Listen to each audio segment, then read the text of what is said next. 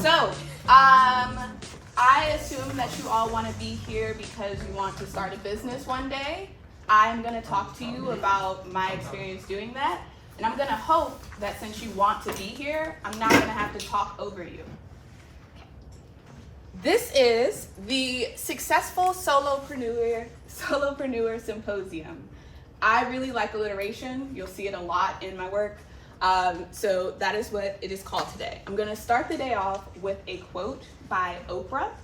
And it says that the biggest adventure you can ever take is to live the life of your dreams. This is actually a recent quote, and it really resonates with me, so I wanted to start the day off with it. Okay, so what's on the agenda?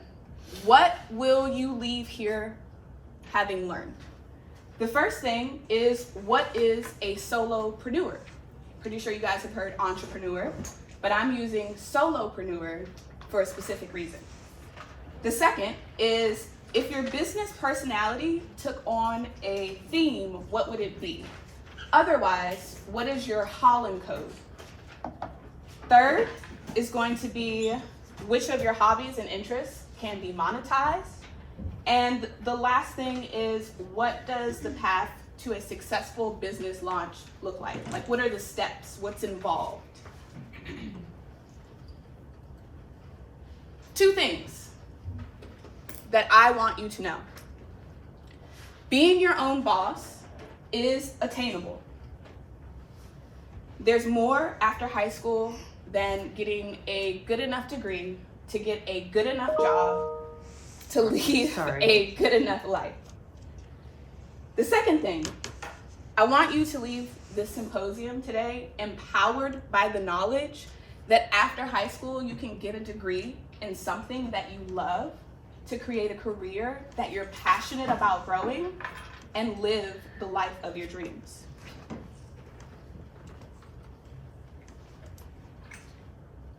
All right, so why am I amped up to talk to you?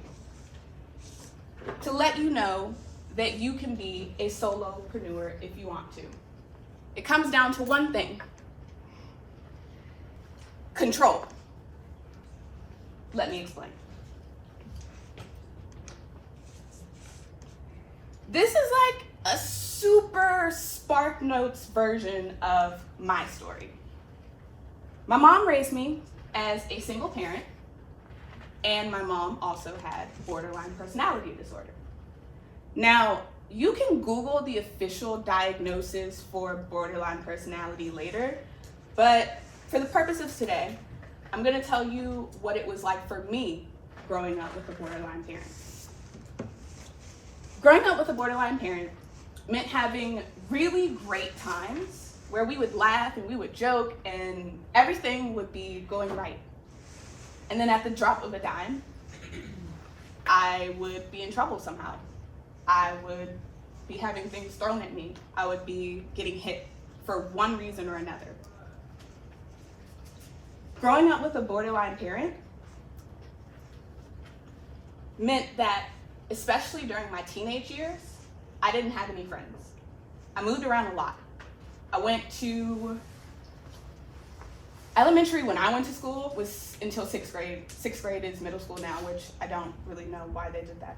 But teenage years, I moved around a lot, which meant that I didn't have a chance to keep friends and connections. And when I did try, my mom would stop it because she felt like it would threaten her relationship with me. She felt like I would leave or abandon her. Growing up with a borderline parent meant having to be removed from her care because of child abuse and neglect. So it's 2011, and I've been saved by CFSA, right? Wrong. Being a child of the system and having to grow up and live in a group home with girls who do not know you and who do not like you because you seem uppity or white doesn't exactly feel like being saved. One good thing did come out of it though. CFSA found my dad. After a lifetime apart, I finally met him and I was able to get to know him. Funny thing about legal guardians entering back into your life though. As long as they're not a felon and they're not crazy and they want custody of you, you don't have a say. So living with my dad ended up being less than a dream, to say the least. Once I graduated and turned 18, I enlisted active duty in the Air Force. It was great, until it wasn't. My mental health, specifically my bipolar 2 depression, prevented me from being able to fulfill my first contract. I know. So in 2015, I returned to Maryland as a civilian. I moved in with my aunt so I could get a job and start getting my life together. Enter Washington Sports Club. Now, I won't bog you down with all of the boring details, but I will tell you that I climbed the corporate ladder. I started off as a front desk associate, and I climbed until I was the general manager of the Clarendon location, which was in Arlington. So what happened? The location that I managed lost its lease due to some corporate stuff out of my control. And I consequently lost my job.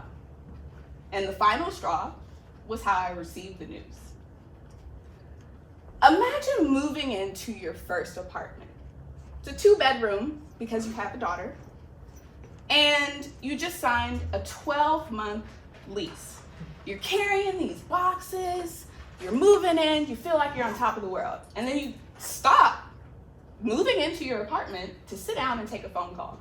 And on the other side of that phone call is someone telling you that you don't have a job anymore. That the way that you're gonna pay for this 12-month lease is not happening. You gotta figure it out. So after I finished moving in and getting settled into the apartment, I went into troubleshoot mode because I have to figure out a way to pay for this life that I'm trying to live.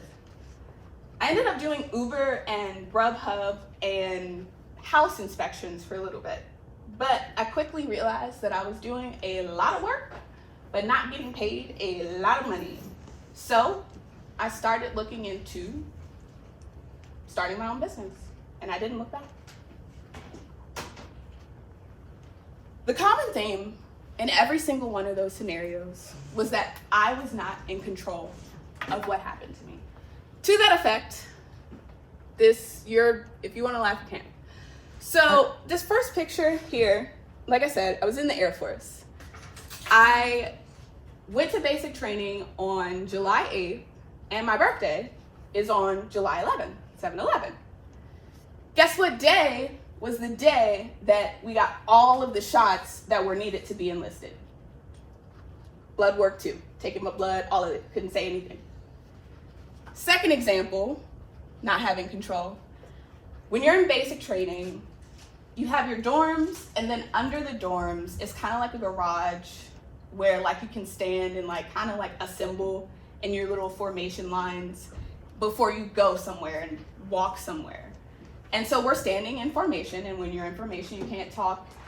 You're not supposed to talk, but you definitely can't move because you're supposed to look uniformed. And so overhead, if you've been in a garage with like those little, like these little things, birds make their nests up there. Bird pooped on me while I was in formation. And I couldn't be like, ew, oh my God, a bird pooped on me. No, I had to wait until I got permission to go upstairs with a buddy and change my uniform. So, moral of the story, don't let life poop on you. Put yourself in the driver's seat of your own destiny.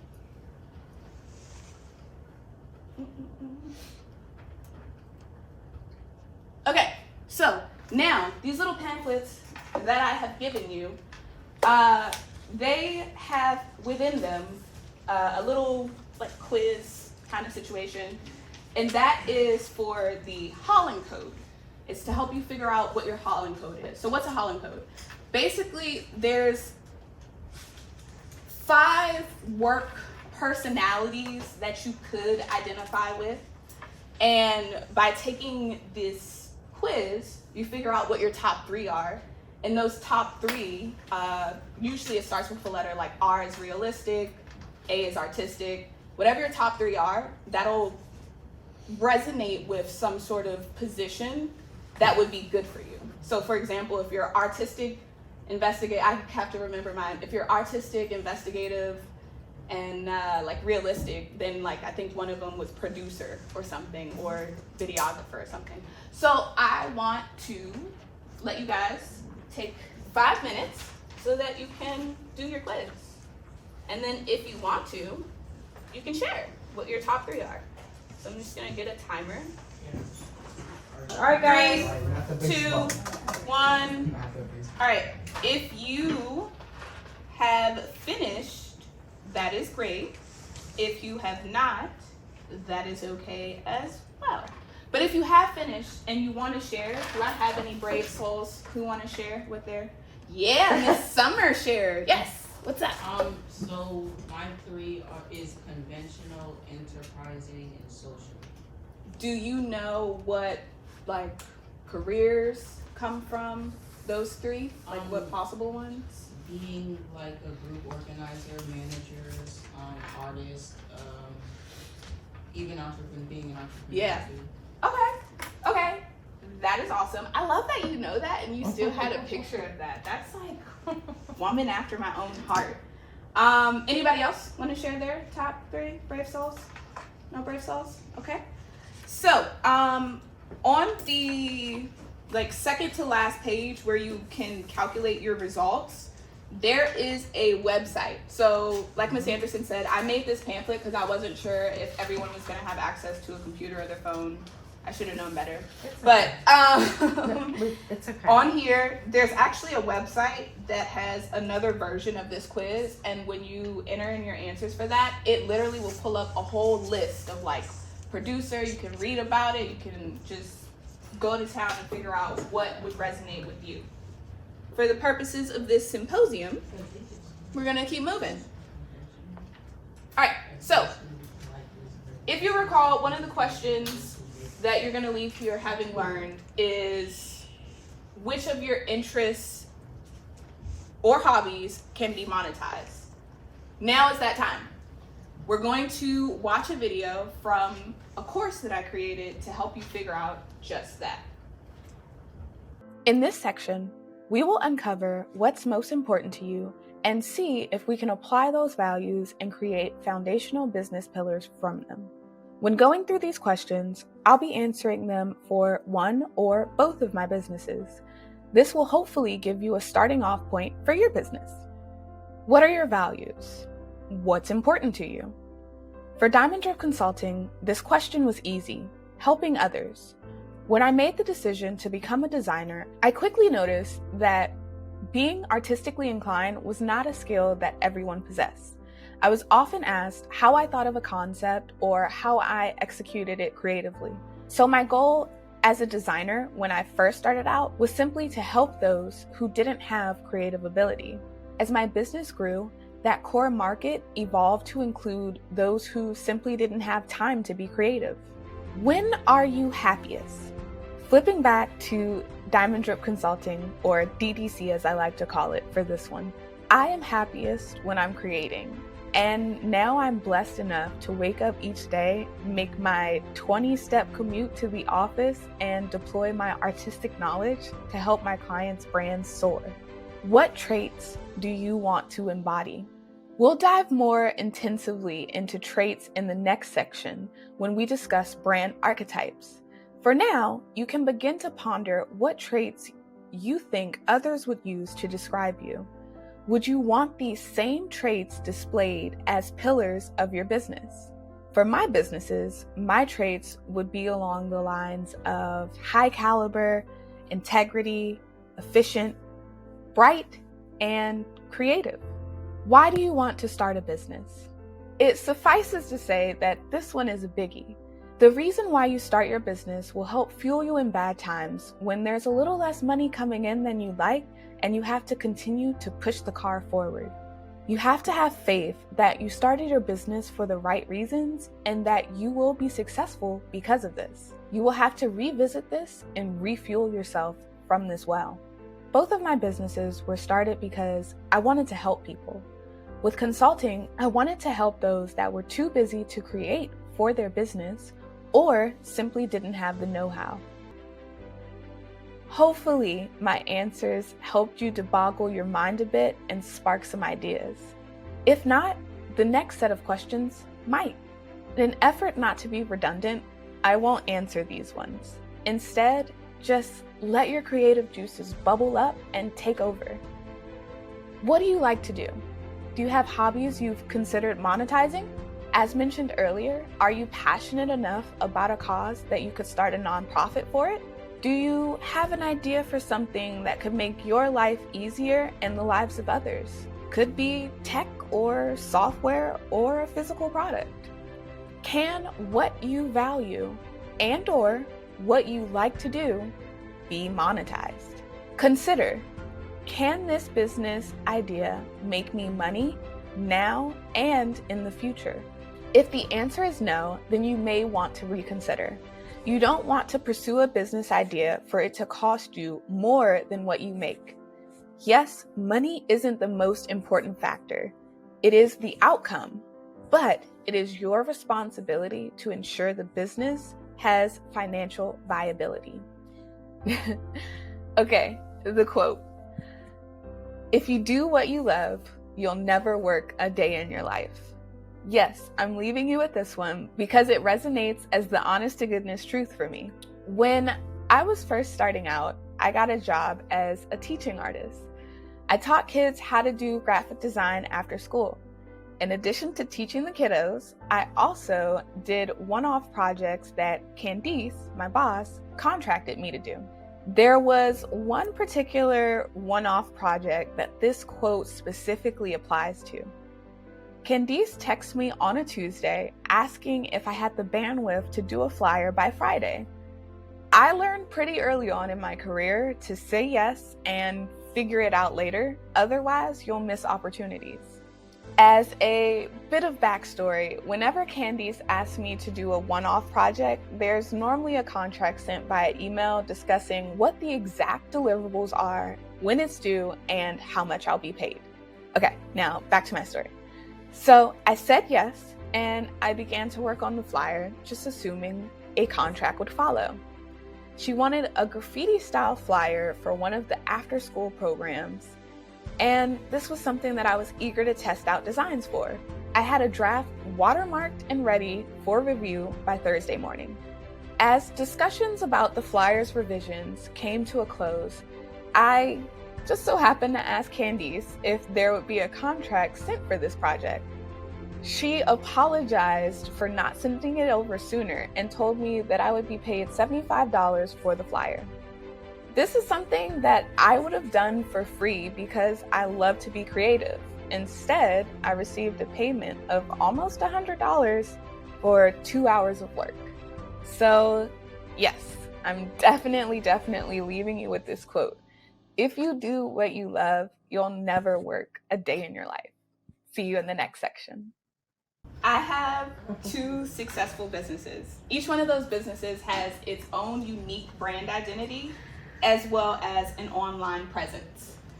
This roadmap that you can't really see, but you will have an opportunity to download because the website is in your little booklet. This is the roadmap that I created for my course. I launched a course in December called The Solopreneur's Guide to Entrepreneurial Success. It details a path to help people who are aspiring entrepreneurs set up a successful business. So literally there are videos just like the one you just watched where you watch me fill out an EIN. If you don't know what an EIN number is, it's basically like the social security number for your business. So I go to irs.gov and you literally watch me fill out an EIN number so that you know exactly what to do. And so throughout each of these little destinations, you're putting together your business. So you're figuring out why you want to start your business with, so you want to start a business. You're setting it up administratively and you're getting discounts to things like QuickBooks, Legal Shields, and things like that.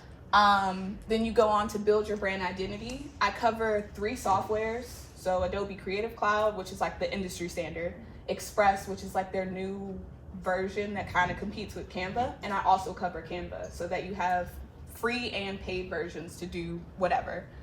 And then from there, I actually teach you how to step by step build a website on Wix. So See, I'm gonna hire her. I'm hiring you. And then from there, we set up a Google My Business profile. We set up a digital business card. I go over networking. So I've done a lot of networking to grow both of my businesses. And so I talk about things that have been successful for me. So WeWork is actually one of them. It's a co-working space that I talk about the WeWork experiencing and networking in person at WeWork. Happy Neighborhood Project. And then there's like a little closing address, like your graduation speech. You're graduating out into the world. So that's just the roadmap there to set up a successful business. What time does this class end? 32. Yeah. Okay, so this is supposed to say it looks like we're looking good on time, but I'm gonna just go ahead. But you know what? We can No, it's cool. yeah. That's okay. Why? You can always come back and maybe we can maybe you can zoom in on one of the topics. You can always come back. Yes. No, so I built this slideshow Mm-hmm. for the anticipation that if I had to skip this part, I could, and it would not hurt me. Okay. So, real quick, to fulfill my last promise to you guys today, I'm gonna answer the question, what is a solopreneur? But first, we're gonna talk about what an entrepreneur is. The Oxford Dictionary definition of an entrepreneur is a person who organizes and operates a business or businesses, taking on greater than normal financial risk in order to do so. Dictionary definition of a solopreneur is a person who sets up and runs a business on their own. I don't really like that definition because I feel like I do a lot more than that. So I came up with my own. It is a daring, disciplined individual who successfully sets up and grows a business that they're passionate about. Because that's what I did. So, we've done a lot of great work today, and I want us to keep that momentum going. So if you were inspired today, if you have an idea for a business that you want to start, if you want to check out the website and check out the brainstorming name video on the website so that you can come up with a name for your business, I encourage you to do that. But if something clicked for you today, or maybe you saw that it was possible and maybe you didn't think that it was, I want you to go home, tell your friends, tell your parents, tell someone about whatever the idea that you had today was. Because oftentimes, especially as a solopreneur, we get stuck in our heads and we think that something's not good enough. So we keep it to ourselves.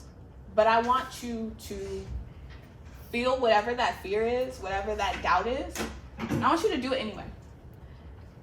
That is actually a quote that I use often in my day-to-day. It literally says, feel the fear and do it anyway. Because there have been a lot of times where I was scared to do this, honestly. I wasn't ready. I made this pamphlet last night. Right, and I know you worked really hard on this because this is like, this has all these different parts and a lot of stuff in it, and it looks excellent. So you worked really hard on this, and I know you did. So that's really nice. I appreciate it. But yeah, no, I was scared. But like I said, I learned also early to say yes and figure it out later. I knew I wasn't planning to be here on Friday, but I said yes and I figured it out later.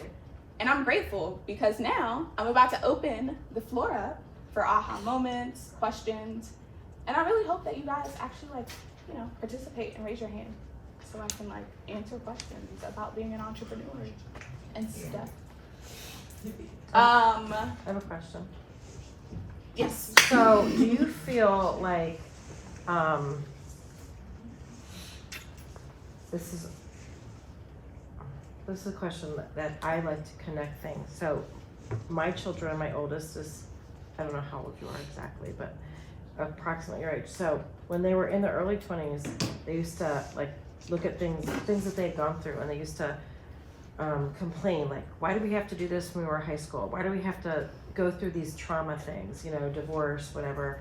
And then when they got a little bit older, I started hearing other things from my own kids, and they would say, you know, Mom, there's a lot of people my age and they just don't know how to step out and like deal with it, figure out how to get help for themselves and do it.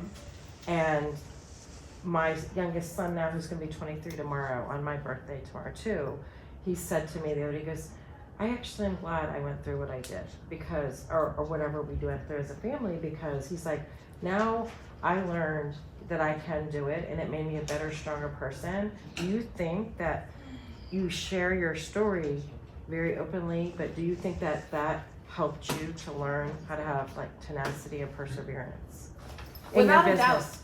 Yeah, without a doubt. Going through things, especially like growing up with my mom and her having borderline personality disorder, I would sometimes run away from home. And that instantly puts you into a place where like you're all you got, pretty much.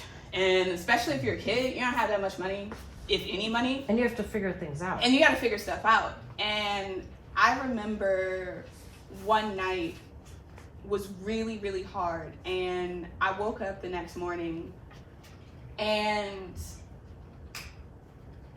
I said to myself that I didn't want to feel that way anymore. I didn't want to feel like I had to do things that I didn't want to do in order to make it in the world. I wanted to have control over my life. And for me, I saw that as financial freedom.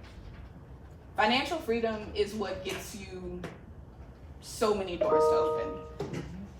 And as a kid, obviously, you don't have that because your parents are paying for everything. But that's one of the reasons why I love being an entrepreneur, because it grants you the freedom to do the things not only that you need to do to grow your business, but also sometimes that you want to do, because sometimes growing your business can be fun. Key example, when everyone was at home during COVID, not going anywhere, one of my businesses was really taking off. And I was on a flight at least once a month going somewhere, sometimes twice a month, Cali, Colorado, Oregon, all while everyone was at home. I was growing my business, but I was also getting to travel because that's what I wanted to do. So it gives you the freedom to really live the life that you want to. And I think that having gone through that makes me appreciate it so much more, because I think back in times where like I didn't have it. Sucked. Questions? Anyone else? So you guys remember when you first came to the class and we researched entrepreneurs and we talked about a common theme amongst the entrepreneurs that we were studying? Does anyone remember what that was? A common theme, or when we actually did in their early life, successful entrepreneurs were people that we know. What was something common about some of them? What were you gonna say, Darnell? School, like they dropped out sometimes, right? Or they didn't always have, life was not very easy for some of them, right? Yeah. Anybody else have questions about businesses, earning money? Some of you have your heads down on your phones or sleeping. I don't know how to structure the question. Give me a minute. I'm gonna try to structure it properly because it's a lot. Because it's like I wanted to like do multiple. Like I kind of wanted to kind of build a conglomerate. Okay. At that rate, but it's like I don't know where to start. Yes. So one thing I will say is you gotta pick something. Like, so I have two businesses, and when I was networking over the last summer, I was trying to promote them both at the same time. And on one of the, like I would say, yeah, I'm a graphic designer. And then I also say I do this other thing. And so at the end of one of my Zoom calls from networking, he says to me, it was a great Zoom call. Like, I really felt like, you know, I understood him, he understood me. But he goes, I have no idea how to refer you because my businesses were unique. Otherwise, they would have just been one business. But they were unique. And so trying to promote them both at the same time leaves people confused. So that's why I realized I got to pick one thing, whatever it is, and that is the thing that I want to become an expert in. And this is, I think, what articles say too. You become an expert in that one thing so that people think of you for it. And then later down the line, if you want to branch off and do other things, you can do that. For example, with graphic design, I build brands for companies. I help people who've already done their LLCs, or maybe if they haven't, they have a business that they've built, that they want to build, and they want graphics for it. They want a logo, they want a website, they want the whole gamut. I got really good at doing that. But I also recognize that going out and trying to get clients, like individual clients, is hard. And so one of the things that I had to decide on was, how do I fix, I call it my residual income problem, because I don't have any, so it's a problem. So I created this course because I realized, especially in my industry, the graphic design industry, I went to Adobe Max. They are doing some crazy stuff. I watched this guy create a backpack in the 3D like builder thing, and then he like put a mat on it and made it look real, and then he created this little badge and it looked like it was actually on the backpack, and then he took that 3D thing, put it into Photoshop where he made it look like it was an actual commercial. Did not exist, and he used AI to help him create it and create an ad from it. Wow. And I said to myself, that's amazing. He just did that out of nothing with the help of a computer. Like, granted, you should know some computer stuff because it will help you with the software, but my industry is trying to make it so that everyday people who don't know the software can just open it up with the help of AI and use it. And I was like, well, that's my job, because I get to charge more because you don't know how to do it. So if you know how to do it, or you have a computer doing it for you, that's money out of my pocket. So I said, okay, cool. AI is going to help you in the future. What it's not going to do is create a clear path from how you go from a business idea to an actual successful business. Now, I did market research, and there are courses that will help you start a business. They'll start an LLC. There are courses that will help you build a logo yourself. Yeah, they're kind of like patchwork. It's like a la carte, but there's no, this is your idea, here's your EIN, here's how you register an LLC, here's how you, like, there's not. I did the research. So I made one. And they did market research earlier this year too. Yeah, so I made one. So you found you found a need. Yes. So, but I had to focus on one thing first. So I do recommend that. And even if you focus on one thing, if you can make yourself focus on that one thing, you can expand. After you have that going, you can expand. Yeah. But I'm like you, I have like this ton of stuff in front of me, and I mean, they're trying to help all these people. I'm trying to do the teaching thing. I'm trying to do the thing over here. And it gets to be like, I even printed an article off of ink about when you have so much in front of you to do, and you do nothing. Some people do nothing because they get overwhelmed rather than just starting somewhere. Yeah, it's a real thing.